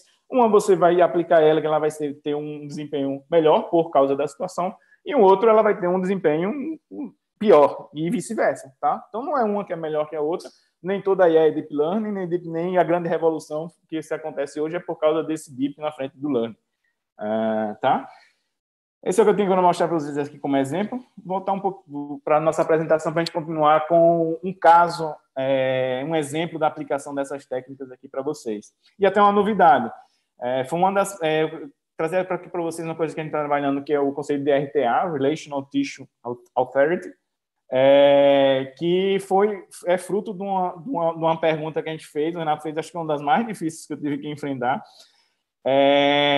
porque que foi a partir dessa daqui. Como é que medir de forma objetiva e mais acurada possível o impacto da cirurgia refrativa laser? A gente viu que, diante desse processo todo que ele foi explicado, uma das questões é qual seria o impacto daquela cirurgia. E aí, como eu avaliaria esse impacto da cirurgia? Tá? Hoje, o que a gente tem é o leito residual e o PTA, que é o quanto fica de córnea após cirurgia, e o percentual de córnea que foi alterado, que foi mexida, que foi retirada na cirurgia. Tá? E aí a gente usou a abordagem do Brain, a abordagem de IA, a abordagem de aprendizagem para resolver esse problema, e foi utilizar essas técnicas que eu apresentei de uma forma muito rápida aqui para vocês, não daria para entrar em muito mais detalhe, com a base que a gente, talvez seja uma das melhores que a gente tem hoje no mundo, que seria 3.278 casos estáveis, né, que foram feitos cirurgia e continuaram estágio, com um follow-up aí diversos, aí tem o critério de quantos anos para fazer, ou seja, mas tem um determinado follow-up, então não são casos normais, casos que fizeram cirurgia e são estáveis, e com contra 105 casos de ectasia. Tá? Então, o objetivo é construir um modelo preditivo que representa esse impacto. Tá? Só que a gente tem problemas bem interessantes quanto a isso, e a gente precisou resolver cada um deles. Aí você vai trazer eles aqui para vocês, vai mostrar o quanto é interessante e a abordagem que tem que ser feita e como é que é esse processo por trás dessa construção desse modelo preditivo, que seria essa inteligência artificial. Falar rapidamente aqui, eu sei que estourei um pouquinho já o tempo. Então, assim, a gente tem essa base que ela é desbalanceada, e são um dos problemas que a gente tem. Então, ela é difícil de separar esses casos de ectasia, olhando simplesmente para a cirurgia. Dos casos normais, a gente tem esse nível aqui de mistura dos dados. E, fora isso, ela tem uma base enviesada, como o Renato já falou, ou seja, a gente não é qualquer pessoa que eu vou operar, então existe todo um critério para se fazer a cirurgia. E, além disso, a gente tem, dentro dos casos de ectasia, que eu botei aqui para ilustrar para vocês, banana e maçã misturado. A gente tem ectasia que foi por conta da cirurgia e tem ectasia que foi por outra situação. E eu só estou interessado em quantificar a cirurgia. Eu não estou interessado em simplesmente separar ectasia de não ectasia, considerando todos os dados, como, por exemplo, cirurgia, dados clínicos, etc., como a gente fez lá na ferramenta de apoio à decisão do lado do Brain, tá?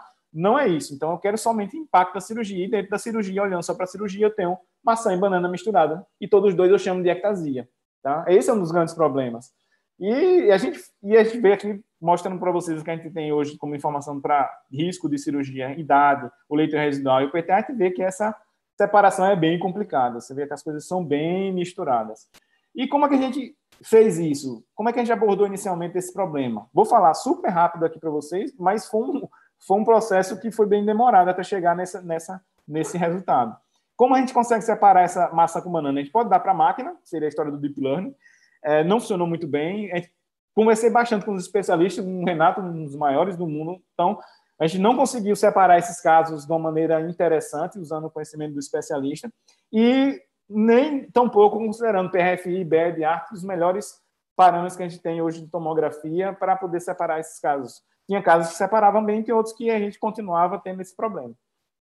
E aí foi que a gente conseguiu chegar numa saída para essa situação, misturando todo o conhecimento dos especialistas que tinham lá do Brain com a parte computacional, que o computador era bom, e que a solução que saiu foi contar. A grande ideia que a gente teve foi de contar, que foi fazer o seguinte: eu tenho olhar para os grandes casos de estáveis que a gente tem, a base grande lá de vários casos.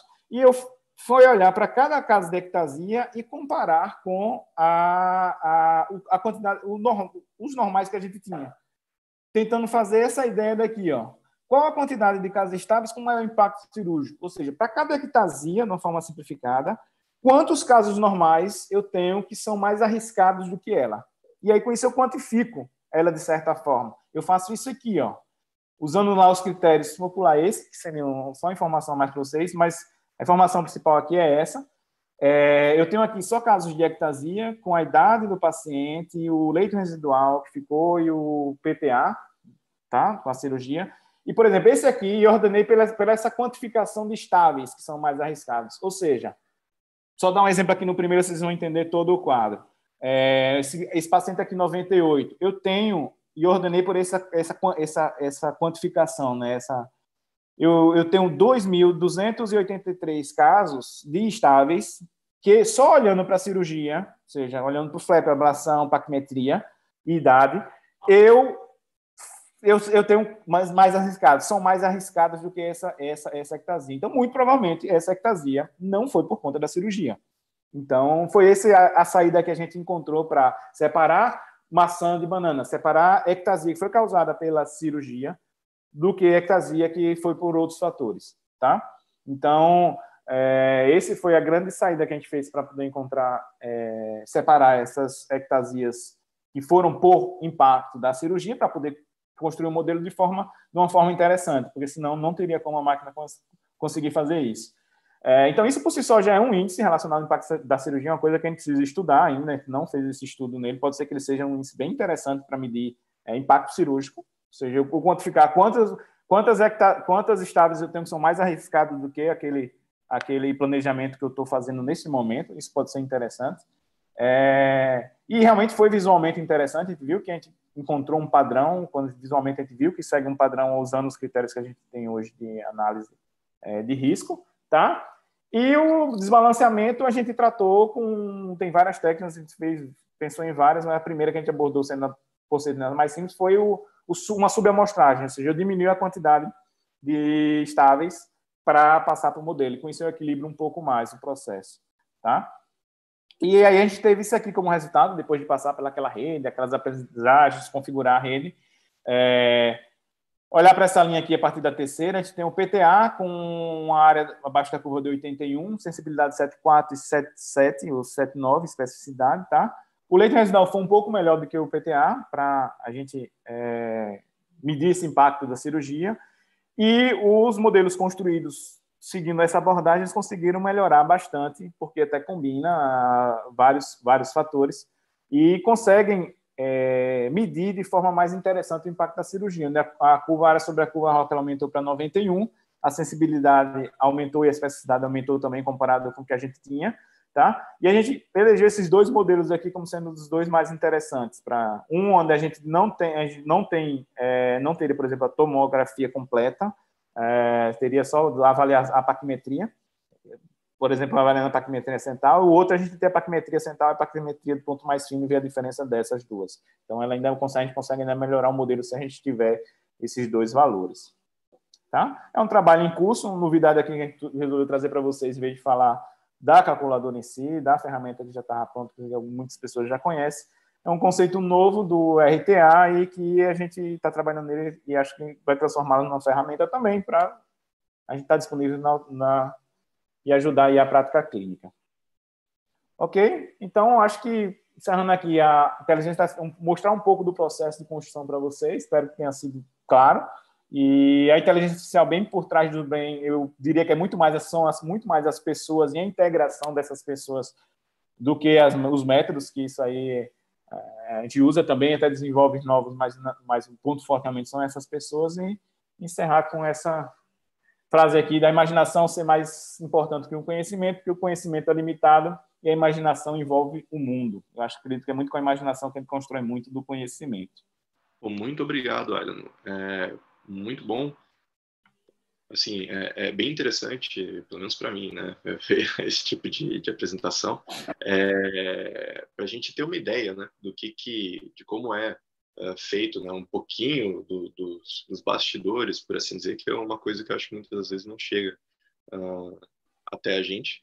E, pô, bem interessante essa abordagem de vocês para fazer agora não sei se posso chamar assim de índice, né, mas um novo projeto. Legal. Eu vou abrir para discussão.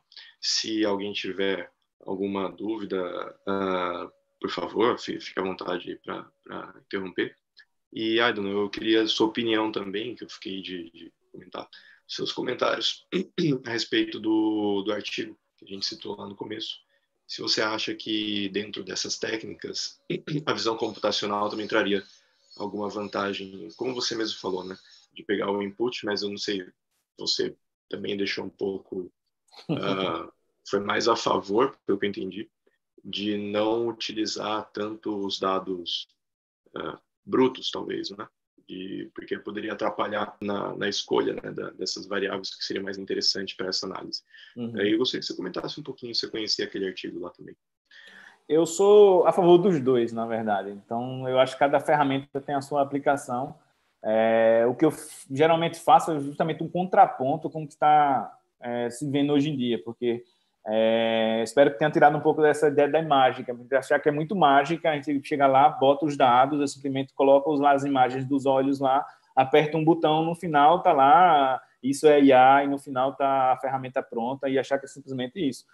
Não, tem toda uma preparação e todo um guia para que a gente entenda e consiga o melhor resultado. Assim, o que o Renato falou lá bem foi perfeito. Assim, pode ser, eu sou totalmente favorável de usar os dados. A gente até já trabalhou isso dentro do Brain, com a ideia de Deep Learning, quando a gente está trabalhando com as imagens, até a Deleuza fez isso também, e o Kempis, que foi outro aluno de mestrado, para usar o vídeo direto, aquele vídeo que o Renato mostrou do Corvis, eu nunca sei se é Corvis ou Corvis também, para a partir dali a gente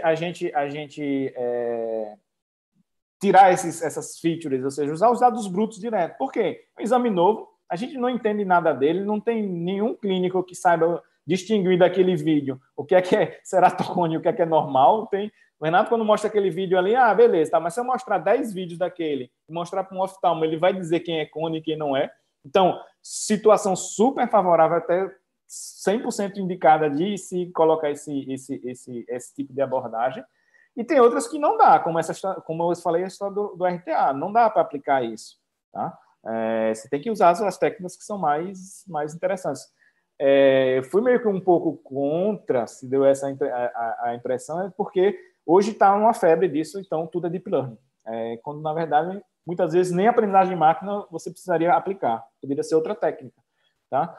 Com relação ao artigo, eu acho que, do ponto de vista computacional, e a gente se olhar para os dados também, a validação dele, que é um processo, a metodologia de construção e validação, isso é uma das coisas mais importantes que existe, porque algoritmo todo mundo entende, mas a metodologia você tem que seguir bem.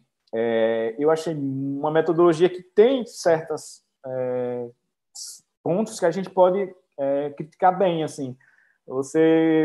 O Renato falou já da subjetividade de separar branco de preto, não é isso que interessa. Se você partir para a parte clínica, você está uma ferramenta que não interessa tanto para as situações realmente difíceis, não é separar ceratocone normal. Teria que melhorar justamente lá no limbo, naquela região de sobreposição, tá? E a validação dele eu achei muito pequena, assim, valores de acurácia quando se olha só para uma classe, isso é uma coisa meio estranha para mim. Geralmente, quando a gente olha para uma classe, se olhar, por exemplo, para positivo em um teste, que seria uma classe só, porque ali tem várias, a gente está falando de sensibilidade e especificidade, que é a cobertura do teste, é o suporte que o teste vai dar. Não para a acurácia de uma classe, achei meio estranho. Para ter acurácia tem que ver o erro também. Então, errar seria não ser daquela classe, quando a gente, por exemplo, faz acurácia de ceratocone. E outra, eu achei muito pequena a validação dos casos. E a gente vê, se a gente for olhar para o nível de significância estatística, não tem nenhum, só tem para o TKC. Para os outros não tem. Por exemplo, o BED, apesar da diferença lá de acurácia, se a gente for olhar a significância estatística do resultado, não existe. Então, seriam, na verdade, similares para todos, com exceção do TKC. Tá? Esse que eu mostrei como resultados, a gente tem, como o do RTA, a gente tem significância estatística entre elas. Tá? O DeLong delas é significativo, em todos aqueles que eu mostrei.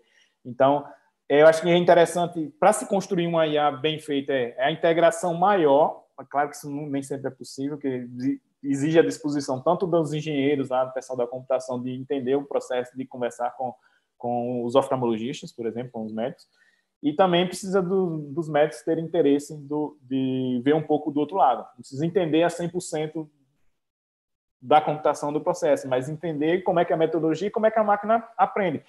A ideia de eu passar a imagem direto. Isso pode ser bom, como pode ser ruim. Por exemplo, aquele que eu falei de carro e cavalo, eu descrever como roda, como perna, como etc., eu estou induzindo o caminho do algoritmo. Contanto que, se eu der só as fotos e não induzir nada, pode ser que os exemplos dêem um viés muito maior para o resultado. Por exemplo, se eu só tirar foto de cavalo do campo e só foto de carro na cidade, que é o normal, assim, os demais acontecer, o algoritmo, por exemplo, ele pode decidir pela quantidade de verde na imagem. Simplesmente por isso, porque é mais fácil. Se a quantidade de verde passar de 30%, de 40%, então é um cavalo. E ele vai acertar com a acurácia lá em cima. Só que quando eu botar um cavalo na cidade, ele vai errar porque a quantidade de verde não tem lá. Então, o critério de decisão é o que a máquina achou pela experiência. Não é que está errado nem que está certo, é o que ela aprendeu. Tá? E, às vezes, a gente precisa induzir o processo para que ela aprenda o que a gente quer que ela aprenda, e não simplesmente separar preto de branco ou cavalo ou cone de normal, porque, às vezes, a gente pode induzir o processo a separa muito bem, mas aquele caso que a gente precisaria, que realmente é aquele caso que é difícil, ele pode separar errado. E a gente tem que validar bem isso para que ela funcione bem. Então, aí acho que é a grande chave quando a gente vai realmente pegar essas ferramentas e colocar na prática, é um processo de validação bem feito e um acompanhamento bem feito do que ela está aprendendo. Porque nem sempre resultado de número bom é resultado real na hora que você vai generalizar. Porque uma coisa é você prever o passado, né? Você ser previsor do passado, do que aconteceu. Outra coisa é você prever o que realmente vai vir depois, que é a capacidade de generalização do algoritmo. Isso é fundamental. Legal. Bom, alguém tem alguma pergunta? Vou fazer só uma pergunta, Aidano. Primeiro, parabéns. Aqui quem está falando é o Wallace, acho que a gente não se conhece pessoalmente. Parabéns, excelente trabalho, excelente aula. Eu acho que, assim, se eu tiver que pegar uma ideia geral do que você falou, você me mostrou dois caminhos, onde eu vejo problema nos dois caminhos. Quando eu seleciono o que eu quero que a máquina aprenda, eu crio um viés para começar. Então, por exemplo, são os dois vieses. Um viés do pesquisador e o outro viés dos exemplos. Então, o viés do pesquisador, por exemplo, eu vi nesse último trabalho em progresso que você tem, eu esqueci o nome, se me desculpa, ali você determinou alguns parâmetros muito específicos que você gostaria de testar. Por exemplo, você, nas suas duas variáveis, F1 e F2, numa delas você acrescentou, além do percentual, não lembro se foi de tecido alterado ou do corte, a paquimetria central, e no outro não. O que acaba me preocupando com isso é o seguinte: esses dados são correlacionados. Então, se você sai da análise de dados e vai para a estatística, não é conveniente a gente colocar dados relacionados como duas variáveis, porque a paquimetria vai ser relacionada com o percentual do corte, um é parte do outro, né? Então, eu fico um pouco preocupado da gente começar a alimentar a máquina com o que eu acho que é interessante e criar um viés muito grande. Por outro lado, como você exemplificou muito bem, o viés da amostra é sempre o problema. O cavalo na cidade vai ser difícil de detectar. Mas nós vimos várias, na história de visão computacional, né, vários erros por esse tipo de viés da amostra, como, por exemplo, o Google detectando pessoas negras e detectando erradamente pessoas negras. Então, a minha pergunta para você é o seguinte: uma briga contra um viés que não seja um viés direcionado, que não seja um viés induzido pelo pesquisador, no outro caso, ou seja, estou falando do deep learning agora, é o N, o número, né, a quantidade. Obviamente, se eu tiver uma quantidade enviesada, não tem jeito, mas eu fico sempre... porque eu vejo trabalhos hoje em dia, esse trabalho mesmo que foi apresentado agora, com um N muito pequeno, né? Como eu falei, eram 1.300 pacientes, 6.000 imagens. Até agora eu não consegui entender como ele fez.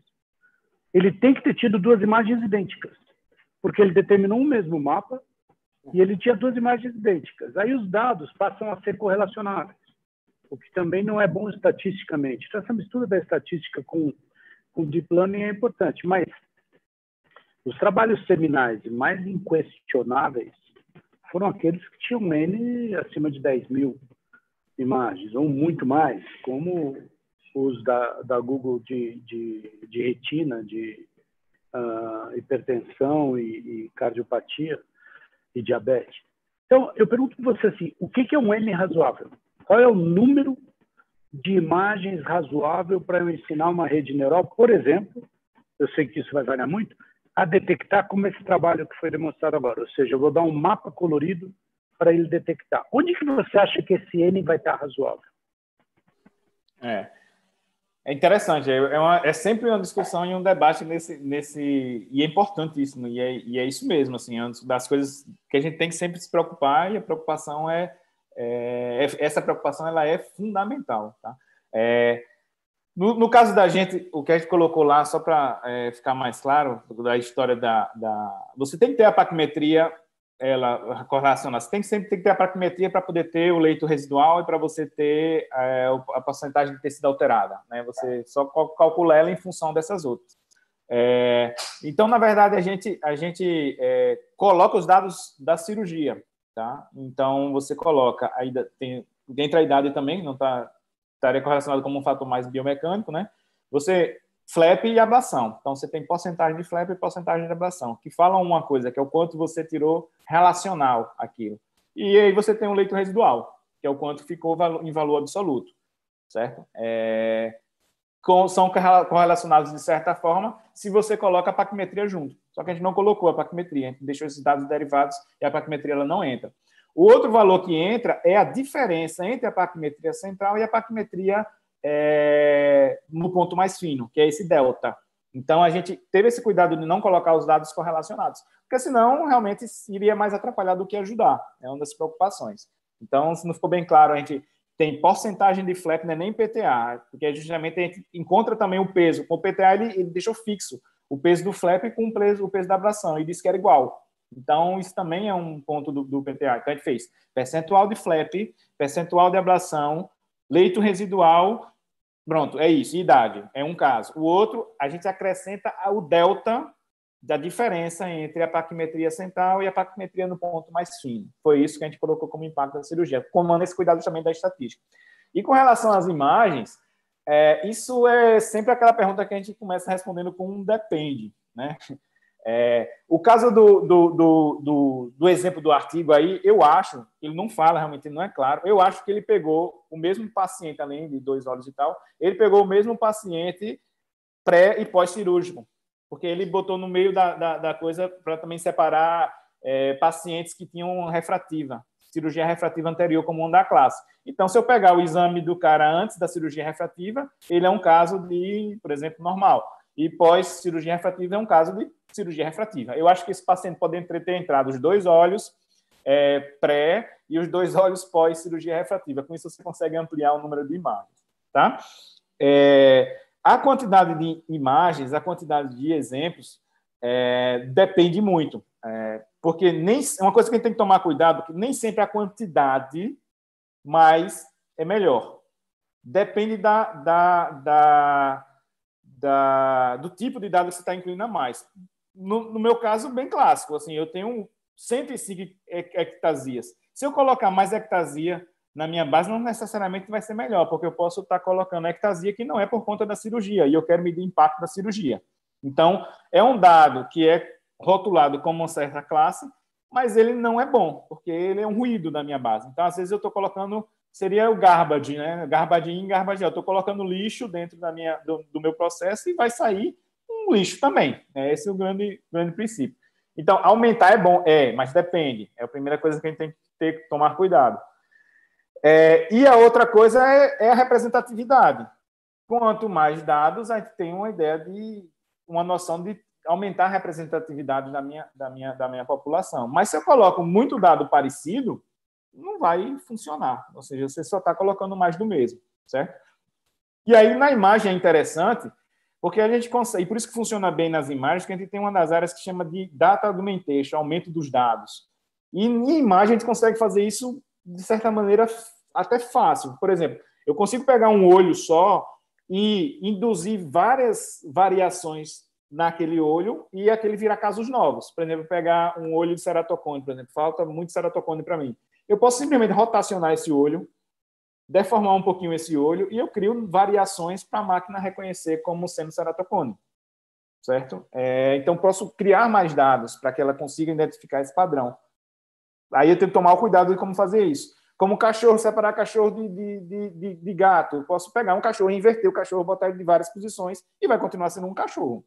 É isso que eu induzo de variação para a máquina para que ela consiga reconhecer essas variações em cima da imagem, porque eu preciso realmente de muito dado. Então, além da quantidade de dados, eu posso criar novos artificiais que induzam o que eu quero que ela aprenda. Porque, por exemplo, um cone que aparece na parte inferior do olho, eu quero detectar se ele estiver na parte superior.